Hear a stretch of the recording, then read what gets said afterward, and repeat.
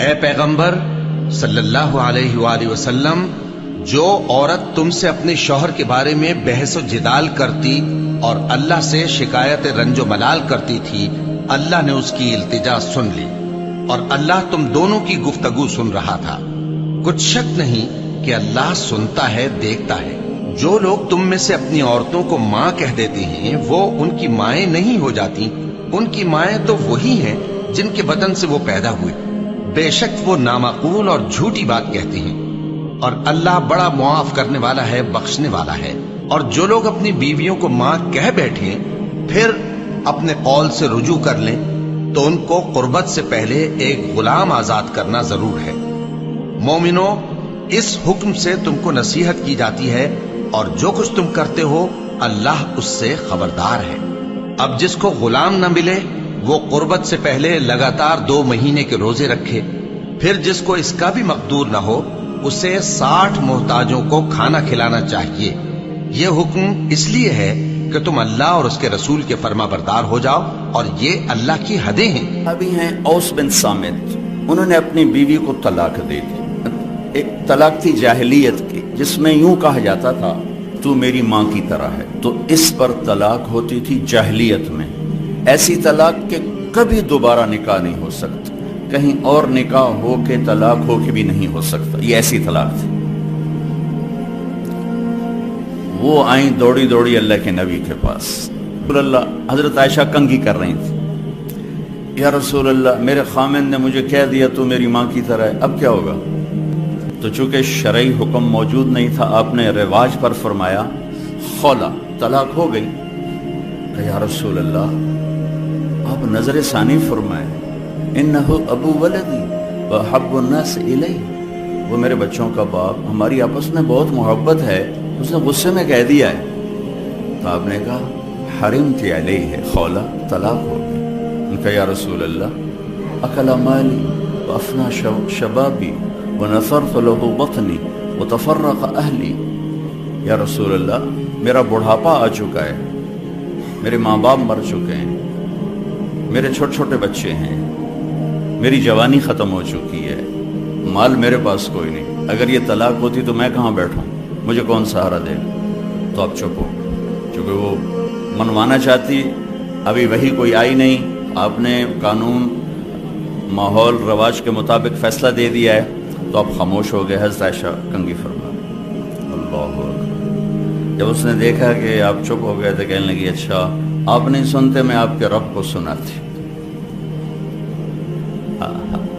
کبھی ہم بھی تم میں بھی چاہت، کبھی ہم بھی تم میں بھی راحت، کبھی ہم بھی تم بھی تھے آشنا، تمہیں یاد ہو کہ نہ یاد۔ کبھی اللہ سے بڑی گھاٹی چنتی تھی، اللہ کے نبی کہہ رہے ہیں طلاق ہو گئی، وہ کہہ رہی اچھا میں آپ کے رب سے بات کرتی ہوں۔ اس نے وہیں ہاتھ اٹھایا، اللہم انہم لی من حسبیتا صغار، اے میرے رب میرے چھوٹے چھوٹے بچے، ان ضممتہم الی فضاجعوا، میں اپنے پاس رکھوں تو روٹی کہاں سے کھلاؤں، ان ضممتم الیہ فضاعوا، باپ کے پاس چھوڑوں تو تربیت کون کرے گا؟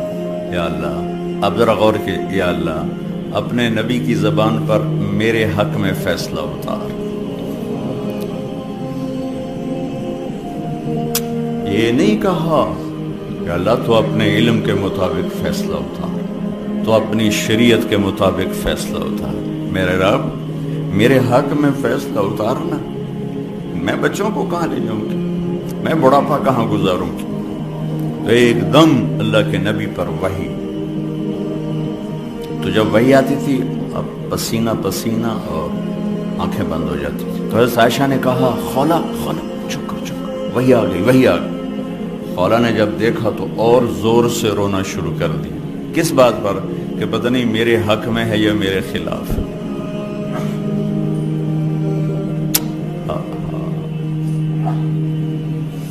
جب وحی ختم ہوئی تو آپ نے پسینہ پہنچا اور مسکراتے ہوئے فرمایا خولا تجھے مبارک ہو، اللہ نے تیرے حق میں فیصلہ دے دیا۔ اور یہ فیصلہ قرآن میں لکھا گیا ہے، اس کو قرآن کا حصہ بنایا گیا، اسے حدیث کا حصہ نہیں بنایا، اور اسے 28واں پارہ اس سے شروع کروایا گیا۔ خوبصورت کلام اترا ہے۔ 28واں پارہ سورہ مجادلہ، نام ہی مجادلہ رکھا، مجادلہ، جھگڑا کرنے والی عورت، جھگڑا کرنے والی، اللہ کے نبی سے جھگڑا، نام ہی مجادلہ ہے۔ ہم نے سن لیا اس کی بات کو جو آپ سے بات کر رہی تھی، یہ تو ترجمہ ہے، لیکن صورتحال کیا ہے؟ جو ترجمہ کبھی حقیقت کو نہیں بتایا کرتا، یہ جو الفاظ ہیں یہ کیا بتا رہے ہیں، میں وہ آپ کے سامنے پیش کرنا چاہتا ہوں کہ اے میرے محبوب، یقیناً اللہ نے سنا، میں نے نہیں کہا، قد سمعت، لفظ اللہ، میرے محبوب اللہ نے اپنی اس بندی کی فریاد کو سنا جو آپ سے جھگڑا کر رہی تھی اپنے خامند کے بارے میں۔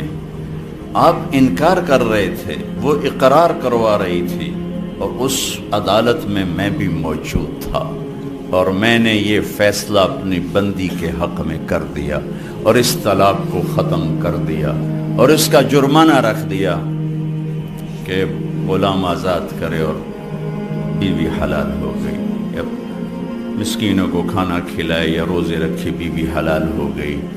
یہ واحد امت ہے جن کی فریادوں پر اللہ تعالیٰ نے قرآن کو اتارا، یہ واحد امت ہے جن کی دعاؤں پر آسمان کے فرشتے اترے۔